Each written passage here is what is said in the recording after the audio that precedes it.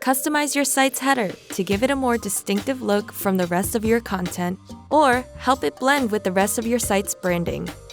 To get started, edit a page on your site and then select Edit Site Header and Edit Design.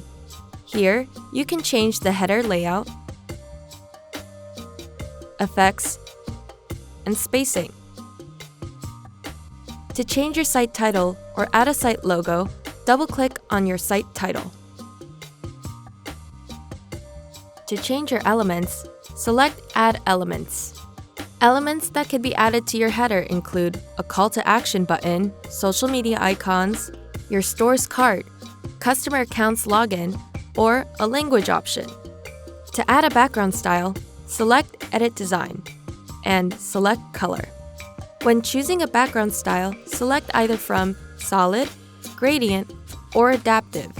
If you use a solid header style, you will be able to customize your header's theme. Depending on the style that you choose, customize the other settings that appear, such as opacity, colors, blurs, borders, or a drop-down shadow. Let us know if you have any further questions. We're always here to help.